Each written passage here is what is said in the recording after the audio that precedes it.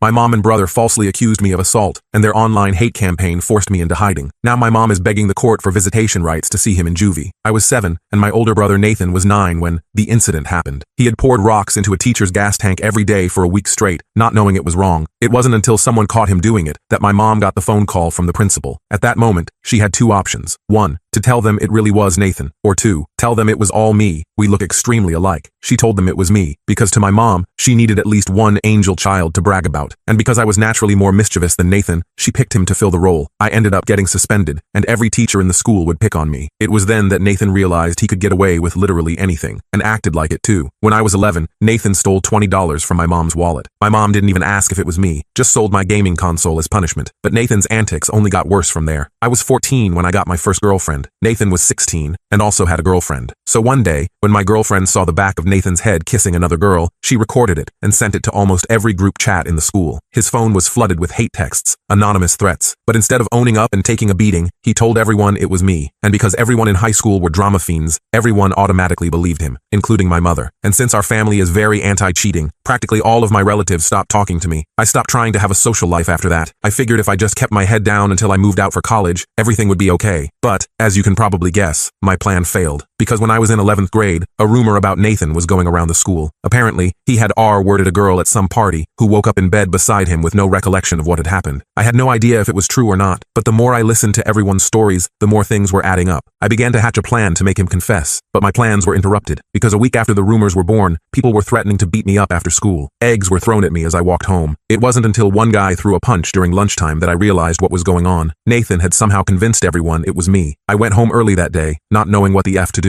I remember living with so much fear, I didn't even want to leave the house. But when the weekend came, things took a dark turn. I got a notification that I was tagged in a post on Instagram. But when I clicked it, my heart dropped. The account was anonymous, but was followed by nearly everyone in school. The caption was my home address, phone number, email, all followed by an in-depth description of who I had violated, and just how I had done it. I almost threw up with stress. My hands and feet were ice cold. I tried to scroll through my WhatsApp to see if there was anyone I could reach out to, but there was only one. The only person who didn't blame me for Nathan cheating on his girlfriend. My dad. I hadn't spoken to him in almost 10 years, but when I called, the first thing he asked was if I wanted to come over, and he'd pay for the Uber. I breathed a sigh of relief, and left immediately. On the way there, I passed by 4 Toyota Corollas filled with angry 18-year-olds, all heading towards my house. Luckily, they didn't see me, and I knew I would be staying at my dad's for a while. When I got there, he didn't even ask why I had reached out. He just gave me a big hug, and played Polar Express on the TV, my favorite Christmas movie from when I was 5. But the second Tom Hanks started narrating, I burst into tears. Tears soon turned into hyperventilation, and within 2 minutes, I was having a full-blown anxiety attack. I couldn't even speak, and just showed him the Instagram post. "Son, I know you wouldn't do that," he said. It was the first time someone had seen the good in me. I immediately calmed down, and he continued speaking. Apparently, my mom had always treated Nathan a lot better, and my dad always tried to stand up for me. But things quickly escalated, and whenever my dad would defend me, my mom would get violent, which was the reason for their divorce. I told him my mom said he used to hit her, which is why I never reached out. He just nodded, but the look in his eyes told me he understood and forgave me. It was the most love I had been shown in my life, so I started crying again. My dad assured me not to worry because he would handle everything, and I was in safe hands. I smiled, because back then, I didn't understand the weight of his words. I didn't know just how seriously he had meant them. He protected me so well that I didn't find out what he had done to Nathan and my mom until it was too late to be undone. I spent that first night at my dad's place just sleeping, like a real deep sleep I hadn't had in years. When I woke up Sunday morning, I had 37 missed calls and over 100 texts. Most were from guys at school threatening me. A few were from my mom demanding to know where I was. I turned my phone off and walked to the kitchen. My dad was making pancakes like it was a totally normal Sunday. He asked if I wanted chocolate chips in mine, and I almost started crying again. I couldn't remember the last time someone had cooked breakfast specifically for me. "We should probably talk about what's going on," he said, while I stuffed my face with pancakes. "But only when you're ready." I told him everything, not just about the recent stuff with Megan, but all of it. Every time Nathan had blamed me for something, every punishment I'd taken for him, every friend I'd lost. My dad just listened, occasionally asking questions, but never doubting me. When I finished, he looked really sad. "I knew your mother favored him, but I had no idea it had gotten this bad," he said. He explained that after the divorce, he'd tried to get custody of both of us, but my mom had convinced the judge he was dangerous. She had even coached Nathan to say dad had yelled at us a lot. I was too young to testify, so I just went where my mom took me. "What do we do now?" I asked. I can't go back to school. Everyone thinks I'm some kind of monster. My dad thought for a minute. First, we need proof it wasn't you. Then we deal with Nathan. I wasn't sure what he meant by deal with Nathan, but honestly, I was just relieved someone was helping me. We spent Sunday figuring out where I'd been the night of Jake's party. I remembered I'd ordered pizza, so we found the receipt in my email. It was delivered at 9:30 p.m., right when people said the incident with Megan happened. I also had achievement timestamps from my PlayStation, showing I was playing Skyrim until 2 a.m. Monday morning, my dad called the school and told them I wouldn't be coming in for a while due to safety concerns. The attendance lady didn't seem surprised. Apparently, several parents had already called demanding the school do something about that Williams boy, meaning me. My dad took the day off work and helped me create a private Instagram account. We collected all my evidence, the pizza receipt, game timestamps, screenshots of texts I'd sent that night, and posted it all with a simple message. I wasn't at Jake's party. I was home playing video games. Whoever hurt Megan, it wasn't me. I sent the link to the 5 people from school who hadn't completely turned against me. They weren't really friends, just people from computer club who were neutral in all the drama. I asked them to share it if they believed me. By that afternoon, I had messages from 2 of them saying the post was spreading. A few people were starting to question the story. It wasn't much, but it was something. Tuesday, my dad went back to work, and I stayed in his apartment all day, alternating between anxiety and boredom. Around lunchtime, I got a text from Megan herself. My heart practically stopped when I saw her name. She said she'd seen my post and had been thinking about that night. She admitted she never actually saw the face of the person who took her to the bedroom. She just remembered someone with my build and hair color. She also said she wasn't 100% sure anything had happened. She just woke up confused and missing her shirt. I asked if she remembered anything else about the person, any detail that might prove it was Nathan, not me. She said the guy was wearing a class ring, which caught her attention because it had a blue stone. Nathan had a class ring with a blue stone for football. I didn't have a class ring at all. I couldn't afford one. I thanked her for reaching out and asked if she'd be willing to tell people she wasn't sure it was me. She said she'd think about it. It wasn't a perfect outcome, but at least she was questioning things. Wednesday morning, my mom showed up at my dad's apartment. I was alone since he'd gone to work. I heard her pounding on the door and looked through the peephole. She was fuming. "I know you're in there," she yelled through the door. "The school called me about your safety concerns. Open this door right now." I did not open that door. Instead, I texted my dad, who said he'd be home in 20 minutes and to just stay quiet. My mom kept knocking for a while, then started calling my phone. I turned the volume off but could see her getting more frustrated through the peephole. Finally, she left a note under the door saying I was breaking her heart by staying with my manipulative father and that she'd forgiven me for the Megan situation if I came home now. I took a picture of the note to show my dad later. By Friday, things had shifted a bit at school, according to my computer club acquaintances. Megan had apparently told some friends she wasn't sure what happened that night, which created doubt about my guilt. But Nathan had doubled down, telling everyone he'd seen me at the party, which was literally impossible. The weekend passed quietly. My dad and I watched movies, ordered takeout, and played cards. It was the most peaceful 2 days I'd had in years. Sunday night, though, I got a text from Jake, the guy whose house the party was at. He asked if we could meet somewhere private to talk. I showed my dad, who thought it might be a trap. "Let's invite him here," Dad suggested. "I'll stay in my room so you two can talk, but I'll be close if anything goes wrong." Jake came over Monday after school. He looked nervous, glancing around the apartment like he expected to be ambushed. We sat at the kitchen table, and he fidgeted with his car keys the whole time. "Look, I need to tell you something, but you have to promise not to tell anyone it came from me," he said. I just nodded. "I have a security camera in my living room. My parents put it in after the last time they went out of town and I had people over. Anyway, I checked the footage from the night of the party." Jake pulled out his phone and showed me a video. The quality wasn't great, but you could clearly see Nathan helping a stumbling Megan up the stairs. The timestamp showed 9:37 p.m., exactly when I was at home ordering pizza. "Why didn't you show this to anyone before?" I asked. Jake looked guilty. "Nathan's my friend, and honestly, everyone was so sure it was you. Plus, I'm not supposed to have parties when my parents are gone. If this got out, I'd be screwed." I asked if I could have a copy of the video. He hesitated but eventually airdropped it to me. Before he left, he made me promise again not to say where I got it. I agreed, even though I thought he was being a coward. As soon as Jake was gone, my dad and I watched the video again. It was definitive proof that Nathan was the one with Megan that night, not me. "This changes everything," my dad said. "We need to be strategic about how we use this." The next day, Dad took me to the police station. I was super nervous about it, but he said we needed to file a report about the online harassment and threats. The officer who took our statement didn't seem very interested until we mentioned the false assault allegations. That got her attention. We showed her the Instagram post with my address and the threatening messages I'd received. We also showed her my alibi evidence and the video from Jake's house, though we said it came from an anonymous source to protect Jake. The officer, Detective Palmer, took it all seriously. She said the online post with my personal information was definitely illegal, and the false allegations could be considered defamation. She asked if I wanted to press charges against whoever made the post. I didn't know what to say. The account was anonymous, and while I was pretty sure Nathan was behind it, I couldn't prove that part. My dad jumped in and said we mainly wanted the threats to stop so I could return to school safely. Detective Palmer said she'd look into it and would contact the school about the situation. Before we left, she also suggested I consider getting a restraining order against the people who had threatened me most seriously. That night, my dad and I talked about next steps. He suggested I could transfer to a different school to get a fresh start. The idea was tempting, but it also felt like letting Nathan win again. "I want to clear my name," I said. I'm tired of taking the blame for his crap. My dad nodded like he'd expected that answer. Then we need to be smart about this. If we just post that video publicly, it could backfire. Nathan would claim it's doctored or find some other excuse. We decided to send the video to Megan first. She deserved to know the truth, and maybe she could help spread it. I messaged her asking if we could talk, and she agreed to meet at a coffee shop near my dad's place the next day. Seeing Megan in person was awkward. She looked uncomfortable, keeping her distance and choosing a table in the most public part of the cafe. I thanked her for meeting me and got right to the point. I have proof I wasn't at the party, I said, sliding my phone across the table with the video paused. She hesitated before taking it. I watched her face as she played the video. Her eyes widened, and she covered her mouth with her hand. That's your brother, she said quietly. I remember that hoodie. I nodded. I was home ordering pizza and playing video games. I have receipts and timestamps to prove it. Megan looked like she might cry. I'm so sorry. Everyone was so convinced it was you. Even Nathan said, Nathan lies, I said simply. He's been doing this our whole lives, blaming me for his mistakes. I've just never had proof before. She asked for a copy of the video, which I sent to her phone. Before she left, she promised to tell people the truth. I wasn't sure if that would be enough, but it was a start. The next day, everything exploded. Megan had posted the video on her Instagram with a long caption explaining that she'd been wrong, that it was Nathan in the video, not me. She apologized publicly for believing the rumors without evidence. My phone blew up with messages, some people apologizing, others accusing me of manipulating Megan or doctoring the video. Nathan texted me too. You're dead when I find you. I showed my dad the threat, and he immediately called Detective Palmer. She said she'd handle it and recommended I stay away from school another day. That evening, my mom showed up at my dad's place again, this time with Nathan. They pounded on the door, yelling about the lies I was spreading. My dad called the building security, who made them leave, but not before Nathan shouted that he'd make me pay for ruining his reputation. The next morning, Detective Palmer called with news. The school had suspended Nathan pending an investigation, and they were reviewing the incident with Megan with potential disciplinary action. Additionally, they'd identified the person who created the anonymous Instagram account, not Nathan, surprisingly, but his friend Tyler, who admitted Nathan had put him up to it. The school wants to meet with you, your parents, and their counselor before you return, Detective Palmer explained. They're concerned about your safety and want to put some protections in place. My dad agreed to the meeting, but insisted my mom not be present. The detective hesitated but said she'd see what she could do. The meeting was scheduled for the following Monday. The weekend was stressful. Nathan kept creating new accounts to send me threatening messages, and my mom alternated between pleading for me to come home and accusing me of trying to destroy her beautiful family. My dad stayed calm through all of it, helping me block accounts and documenting everything for Detective Palmer. Sunday night, he ordered my favorite pizza, and we watched stupid comedies until I fell asleep on the couch. Monday morning, we went to the school. The principal, Mr. Reynolds, met us in the conference room along with the school counselor, Ms. Chen, and Detective Palmer. My mom wasn't there, which was a huge relief. First, I want to apologize, Mr. Reynolds said. We should have investigated more thoroughly before allowing this situation to escalate. We failed you. Ms. Chen explained that they had spoken with several students who confirmed Nathan had been telling people it was me at the party. They had also reviewed the evidence I'd provided proving my alibi. We believe you were falsely accused, she said. We're prepared to make accommodations to ensure your safety when you return. The accommodations included changing my schedule to avoid classes with Nathan, providing a private space for lunch if needed, and having teachers check in regularly. They also said Nathan would remain suspended until the disciplinary board made a final decision. I asked what would happen to the guys who had threatened me. Mr. Reynolds assured me they were also facing consequences, though he couldn't give specifics due to privacy policies. Before we left, Detective Palmer pulled us aside. Tyler has agreed to cooperate fully. He's provided texts from Nathan instructing him what to post about you. This strengthens your case significantly. I felt a strange mix of vindication and dread. It was good to have proof, but I knew this wouldn't be the end of it. Nathan wouldn't just accept defeat and leave me alone. I was right. That night, Nathan showed up at my dad's apartment alone. He wasn't yelling this time. He asked calmly if we could talk. My dad was hesitant, but agreed to let him in after checking that he was actually alone. Nathan sat on our couch looking like he'd aged 10 years. His eyes were red,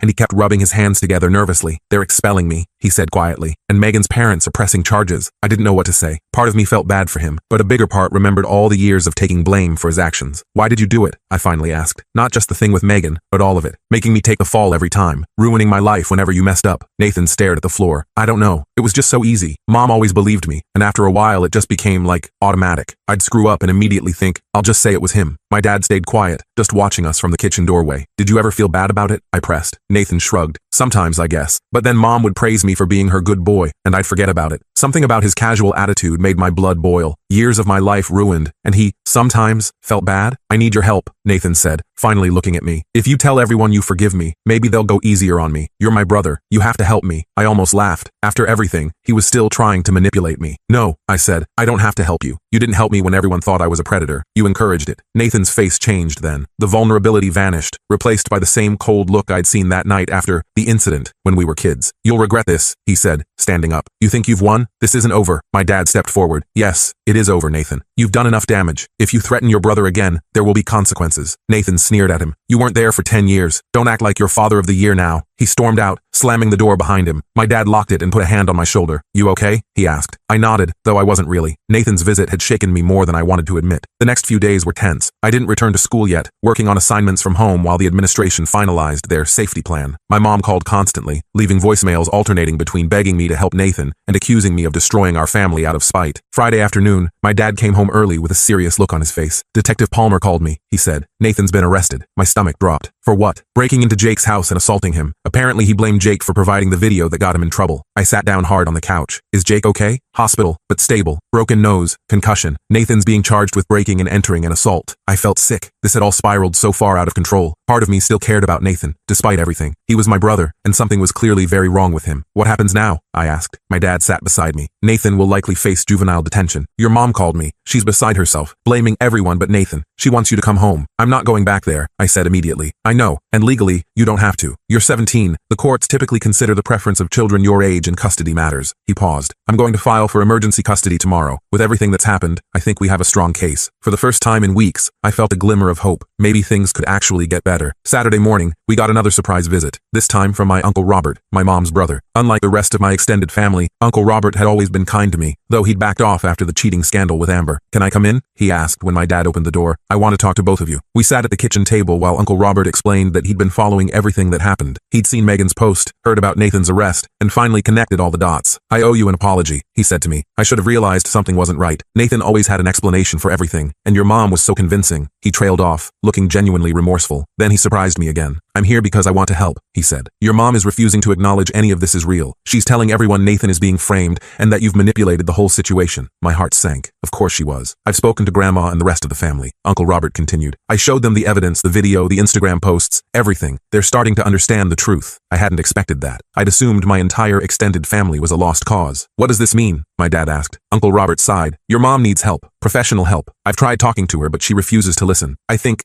she might have some mental health issues that have gone untreated for a long time." That made sense, though I'd never thought about it that way before. My mom's behavior had always seemed irrational, but I'd just accepted it as normal because it was all I knew. "I want to testify at your custody hearing," Uncle Robert said. "I want to tell the judge what I've observed over the years, if that's okay with both of you." My dad looked surprised but nodded. That would be incredibly helpful. Before Uncle Robert left, he gave me a hug and apologized again. He promised the family would make it up to me. I wasn't sure what that meant, but it felt good knowing not everyone had abandoned me. Sunday night, I got a text from Amber, my ex-girlfriend from freshman year. She said she'd seen Megan's post and realized she might have misjudged me too. She apologized for not giving me a chance to explain back then. I appreciated her message, but told her it was too little, too late. Maybe that was petty, but after everything I'd been through, I felt entitled to a little pettiness. Monday morning, my dad and I went to the courthouse for the emergency custody hearing. I was nervous, bouncing my leg the entire drive there. My mom would be there, and I hadn't seen her since she'd shown up at our door with Nathan. The courtroom was smaller than I expected. My mom was already there with her attorney. She tried to approach me when we walked in, but the bailiff stopped her. She looked terrible, hair unwashed, dark circles under her eyes. Despite everything, I felt a twinge of concern. The hearing was surprisingly quick. My dad's lawyer presented the evidence, the false accusations, the documented pattern of my mom favoring Nathan, the recent arrest, and the threatening messages I'd received. Uncle Robert testified, describing how my mom had always pushed the Nathan is perfect narrative and punished me for things I hadn't done. The judge asked me directly if I wanted to live with my dad. I said yes, without hesitation. She then asked if I wanted any contact with my mom. That was harder to answer. "Maybe eventually," I said, "but not right now. I need some space." The judge nodded like she understood. She granted my dad temporary full custody, with the possibility of revisiting visitation with my mom after 3 months of family counseling. As we were leaving, my mom tried to talk to me again. The bailiff let her approach this time. "This isn't over," she said, echoing Nathan's words from earlier. "You've turned everyone against me. My own family, my own son." My dad started to intervene, but I held up my hand to stop him. "No, Mom, you did this yourself. You chose Nathan over me again and again. You let him hurt me. You helped him hurt me." I felt tears forming but pushed them back. "I hope you get help. I really do, but I can't be around you right now." I walked away before she could respond. In the parking lot, my dad put his arm around my shoulders. "I'm proud of you," he said simply. That afternoon, we met with Ms. Chen at school to finalize my return. With Nathan in juvenile detention and a restraining order in place, the immediate safety concerns were addressed. They'd also spoken to my teachers about the situation, so I wouldn't have to explain myself repeatedly. "We can't control what other students say," Ms. Chen warned, "but we've made it clear that harassment of any kind won't be tolerated." My first day back was Wednesday. It was weird and awkward, but not as bad as I feared. People stared and whispered, but no one approached me directly. A few people from computer club sat with me at lunch, acting like nothing had happened. I appreciated their silent support more than they knew. By Friday, things were starting to feel almost normal. Some teachers even went out of their way to be nice to me, which was a new experience. After school, Jake was waiting by my locker. His face was still bruised from Nathan's attack, with a bandage across his nose. "Hey," he said awkwardly. "I just wanted to say sorry for not coming forward sooner. I was scared of losing friends, which is pretty pathetic compared to what you went through." I told him it was okay. He'd eventually done the right thing, which was more than most people. "Also," he added, "there's going to be a party at my house next weekend. A proper one this time, my parents approved. You should come." I was surprised by the invitation. "I'll think about it," I said, though I wasn't sure I was ready for parties yet. That night, I told my dad about Jake's invitation. He seemed pleased. "It's good to have options," he said. "You don't have to go if you're not comfortable, but it's nice to be included." I nodded, feeling strangely emotional. It's weird. For so long, I was just trying to survive until I could escape to college. Now I'm thinking maybe high school doesn't have to be completely awful for the next year and a half. My dad smiled. "It doesn't, and whatever happens, we'll handle it together." I believed him. For the first time in years, I felt like I had a real future, one that wasn't defined by Nathan's lies or my mom's favoritism. The road ahead wouldn't be easy. Nathan would eventually get out of juvenile detention. My mom would probably keep trying to contact me, but I wasn't alone anymore. I had my dad, Uncle Robert, maybe even some friends eventually. I went to bed that night feeling something unfamiliar. Hope. Not just for escape, but for actual happiness. I didn't know exactly what my dad had planned for Nathan and my mom long term, but whatever it was, I trusted him to protect me. After all, he was the only one who ever had. The custody hearing was over, but I still felt on edge every time my phone buzzed. Part of me expected to see Nathan's name pop up with new threats, even though he was in juvie and technically couldn't contact me. My dad noticed me jumping at notifications and suggested I change my ringtone to something less startling. "Maybe something from that game you're always playing," he said one night while cooking dinner. It was a small thing, but it showed he was paying attention. I switched to the Skyrim level up sound, which made me smile whenever I heard it. A couple weeks after returning to school, things started to feel almost normal. Some kids still whispered when I walked by, but most had moved on to fresher drama. I even made a few actual friends in computer club, not just acquaintances who tolerated me, but people who invited me to join their Discord server and asked for my opinion on stuff. Jake kept checking in with me too. His face was healing up, and he'd become weirdly protective. When some senior made a comment about me in the cafeteria, Jake immediately shut him down. I didn't need protecting, but it was nice knowing someone had my back. One Friday after school, Uncle Robert called and asked if I wanted to come over for dinner that weekend. "Grandma will be there," he added. "She's been asking about you." I hadn't seen my grandma since before the whole mess started. The idea made me nervous, but my dad encouraged me to go. "Family connections are important," he said. "The ones worth keeping anyway." Uncle Robert picked me up Saturday evening. The car ride was a bit awkward at first, but he filled the silence by updating me on random family news. My cousin getting into college, my other uncle buying a boat, normal stuff that had nothing to do with Nathan or my mom. When we got to his house, Grandma was already there, sitting in her usual armchair. She stood up when she saw me, her eyes watery. "There's my boy," she said, opening her arms. I hesitated for a second before hugging her. She felt smaller than I remembered, more fragile. "I'm sorry," she whispered against my shoulder. "I should have known better." That simple apology hit me harder than I expected. I had to blink back tears as we sat down for dinner. Through the meal, no one mentioned Nathan or my mom directly, but Grandma did ask how things were going with my dad. "Really good," I told her. "He's teaching me to drive on weekends." She nodded approvingly. "Your grandfather taught me to drive, you know. Said I was a natural." After dinner, Uncle Robert pulled me aside. "Your mom's been calling everyone in the family," he said quietly. "She's trying to get people on her side for the permanent custody hearing." My stomach clenched. "Is it working?" He shook his head. "Not like she hopes. Most people have seen the evidence, and Nathan's arrest was the final straw for many of us." Before I left, Grandma pressed something into my hand, a small key on a chain. "This is for your grandfather's tackle box," she explained. "He always meant for you to have his fishing gear when you were old enough. I think it's time." I knew what the gesture meant. In our family, Grandpa's fishing gear was practically sacred. It was her way of saying I was still part of the family, the real family, not whatever twisted version my mom had created. The next court date was set for 3 months out. My dad and I both started seeing therapists, him individually, and me with both individual and group sessions for teens dealing with family issues. I was resistant at first, but my therapist, Dr. Melissa, was surprisingly cool. She didn't make me talk about my feelings right away, just let me rant about video games until I felt comfortable. "Your brother's actions reflect his issues, not your worth," she told me during one session. "And your mother's inability to see the truth isn't your responsibility to fix." It sounded simple when she said it, but actually believing it was harder. 17 years of being the family scapegoat doesn't disappear overnight. Meanwhile, my dad was handling the legal stuff with his attorney. They were pushing for permanent full custody with supervised visitation for my mom, contingent on her completing therapy. I wasn't sure how I felt about seeing her at all, but Dr. Melissa said I didn't need to decide right away. April rolled around, and we got news that Nathan was being released early from juvenile detention for good behavior. My dad immediately called our attorney, who assured us the restraining order was still in effect. Nathan couldn't come within 500 feet of me, or contact me in any way. "What if he just shows up at school?" I asked. panic rising in my chest. He won't be returning to your school, my dad explained. Part of his release conditions include attending a different school and continuing mandatory counseling. I wasn't fully convinced. Nathan had never been good at following rules. The night before his release, I barely slept, imagining him showing up at my dad's apartment or waiting for me after school. But days passed with no sign of him. According to Uncle Robert, Nathan was living with my mom again, but keeping a low profile. The rumors at school said his college prospects were basically ruined, which I couldn't bring myself to feel bad about. He'd nearly ruined my entire life. In May, just when I was starting to relax, I got called to the principal's office during third period. My heart started racing immediately. Had something happened? Was Nathan at the school? When I walked in, Mr. Reynolds was sitting with a police officer I didn't recognize. My mouth went dry. "Don't worry, you're not in trouble," Mr. Reynolds said quickly. "Officer Garcia just has some questions about a statement your mother made." The officer explained that my mom had filed a report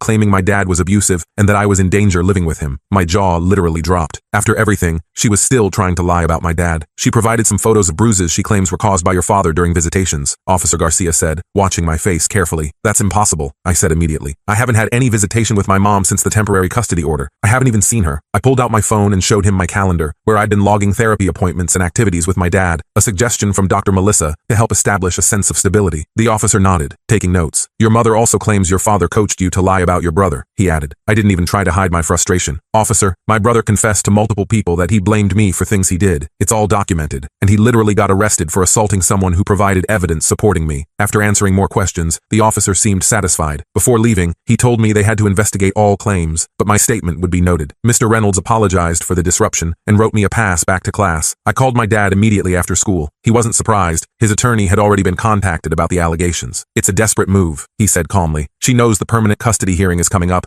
and she's running out of options." I started having nightmares again after that. Dreams where I was back in my old house, with Nathan smirking at me from the doorway of my room. Dr. Melissa suggested I write down the dreams to take away their power, which sounded dumb, but actually helped a little. A week before the custody hearing, I got an unexpected email from Megan. We hadn't really talked since she'd posted the video clearing my name. The subject line was simple: "Thought you should know." Megan explained that Nathan had reached out to her, supposedly to apologize. But during their conversation, he'd tried to convince her that I had manipulated the video evidence and turned everyone against him out of jealousy. "I just wanted you to be aware," she wrote. I didn't believe him, obviously, but I thought you should know he's still trying to blame you. I forwarded the email to my dad and our attorney. They added it to the growing file of evidence showing the pattern of behavior from both Nathan and my mom. The day of the hearing arrived with a knot in my stomach that wouldn't go away. My dad made pancakes again, trying to establish it as our good luck ritual. I appreciated the effort but could barely eat. The courthouse felt more familiar this time, though no less intimidating. My mom was already there with her attorney and, surprisingly, Nathan. He wasn't supposed to testify since he was still a minor with a recent criminal record, but I guess they thought his presence might influence the judge somehow. Nathan didn't look at me when we entered. He stared straight ahead, hands folded in his lap. My mom, on the other hand, kept trying to catch my eye, giving me these pleading looks that made my skin crawl. The hearing started with my dad's attorney presenting the evidence we'd gathered since the temporary order, including my consistent attendance at therapy, improved school performance, and stable home environment. Then came the bombshell. She introduced Megan's email and 3 similar messages from other students, all showing Nathan's continued attempts to blame me. When my mom's attorney cross-examined my dad, he tried to paint him as an opportunist who had swooped in after years of absence. My dad stayed calm, explaining that he'd sent birthday cards, Christmas gifts, and child support consistently for 10 years, despite being blocked from seeing me. "I never stopped trying to be part of my son's life," he said. "I just wasn't allowed to be. They called me to testify next. I'd practiced with Dr. Melissa, but my hands still shook as I took the oath. The judge, a different one from the emergency hearing, asked me to describe my current living situation and how I was adjusting. "It's good," I said, trying to sound more confident than I felt. "I have my own room, I'm doing better in school, and I'm making friends again. My dad and I cook dinner together most nights, and he's teaching me practical stuff like changing oil in a car. My mom's attorney tried to get me to admit I missed my family, that I was just angry and would get over it eventually." I took a deep breath before answering. "I do miss parts of my old life," I admitted, "but I don't miss being blamed for things I didn't do. I don't miss being punished for Nathan's mistakes, and I don't miss my mom choosing him over me every single time." I saw my mom flinch from the corner of my eye, but I kept going. "My dad believes me when I tell him the truth. He doesn't assume I'm lying. Do you know how huge that is after living your whole life with people assuming the worst about you?" The judge asked if I wanted any contact with my mother or brother. "Maybe someday with my mom, if she gets help and actually acknowledges what happened," I said, "but not with Nathan, not after everything." As I stepped down,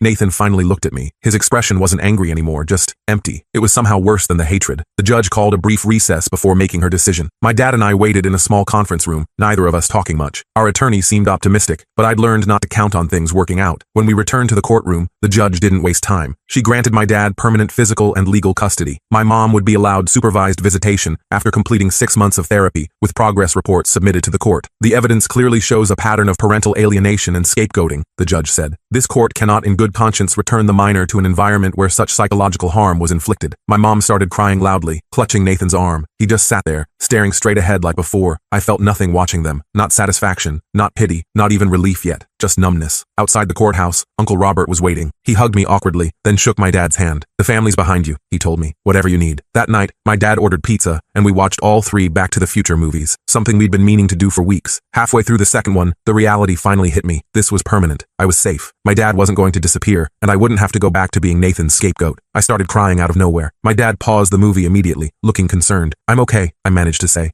I keep waiting for something to go wrong." He nodded like he understood completely. "It's going to take time to trust that you're really safe. That's normal." The next few months were uneventful, which was exactly what I needed. Nathan apparently got accepted to some small college across the country. Uncle Robert told me his grades had always been decent enough, and my mom had hired some kind of consultant to help with applications. I tried not to think about him starting fresh somewhere where no one knew what he'd done. My mom completed her court-ordered therapy and requested a visitation. I wasn't ready, and my dad supported my decision to wait. "Healing happens on your timeline, not hers," he said. By the time senior year started, my life had transformed. I had actual friends. Teachers knew me as my own person, not as Nathan's troubled brother. I even started dating a girl from computer club named Riley, who couldn't care less about my family drama. One October afternoon, I came home from school to find my dad sitting at the kitchen table with a serious expression. "Your mom called," he said. "Nathan's been expelled from college. Apparently he tried the same routine there, blamed his roommate for stealing from the cafeteria. Only this time, there were security cameras." I sat down slowly. "What does she want?" "For you to talk to him. She thinks you could help him understand the consequences of his actions." I actually laughed out loud. "She wants me to teach Nathan about consequences? After she spent years making sure he never faced any?" My dad just shrugged. "I told her it wasn't your responsibility. I just thought you should know." I thought about it that night while working on college applications. My top choice was a school in California, about as far from our hometown as I could get while staying in the country. I wondered if Nathan felt any remorse, or if he was still convinced he was the victim somehow. The next day, I asked Dr. Melissa what I should do. We'd cut back to monthly sessions, but I still valued her perspective. "Do what feels right for you," she said. "Not what your mother wants, not what anyone else expects. What do you need?" I thought about it for a week before making my decision. I wrote Nathan a letter, not offering forgiveness or help, just explaining exactly how his actions had affected me throughout my life. I didn't send it expecting a response. I wrote it for me, to release the last bits of anger I was holding on to. Nathan never replied, which didn't surprise me. My mom reached out to ask if I'd reconsider meeting with them. I declined politely, but firmly. The rest of senior year flew by. I got accepted to my top choice college with a partial scholarship. Riley got into a school about an hour away from mine, and we made tentative plans to visit each other. My dad started teaching me about budgeting and other adult stuff I'd need to know. Graduation day arrived with beautiful weather and a weird mix of emotions. My dad, Uncle Robert, Grandma, and a couple other relatives came to watch me walk across the stage. As I sat waiting for my name to be called, I spotted my mom slipping into the back of the auditorium. She didn't try to approach me afterward, just gave a small wave from a distance before leaving. That summer was the best of my life. I worked at a local computer repair shop, spent weekends fishing with my dad using Grandpa's old gear, and actually felt excited about the future. The nightmares stopped completely. A week before I left for college, Jake threw a going-away party for everyone heading out of town. It wasn't anything wild, just pizza, video games, and people signing yearbooks they forgot to sign before summer. As I was saying my goodbyes, Jake pulled me aside. "You know, when all that stuff happened last year, I never thought we'd end up actual friends." "Me neither," I admitted. "I was just trying to survive high school." He laughed. "Well, you did more than survive. You basically conquered it." Driving to California with my dad, I watched our hometown disappear in the side mirror. I didn't feel sad leaving it behind. My dad and I had already planned his visits for Parents' Weekend and Thanksgiving, setting up my dorm room, meeting my roommate, buying textbooks. It all felt surreal. No one here knew about Nathan or my mom or any of my history. I was just another freshman finding my way. My dad helped me unpack everything, then took me grocery shopping to stock my mini fridge. Before heading back to his hotel, he handed me a small wrapped package. "A going-away present," he explained. Inside was a framed photo of us from my graduation,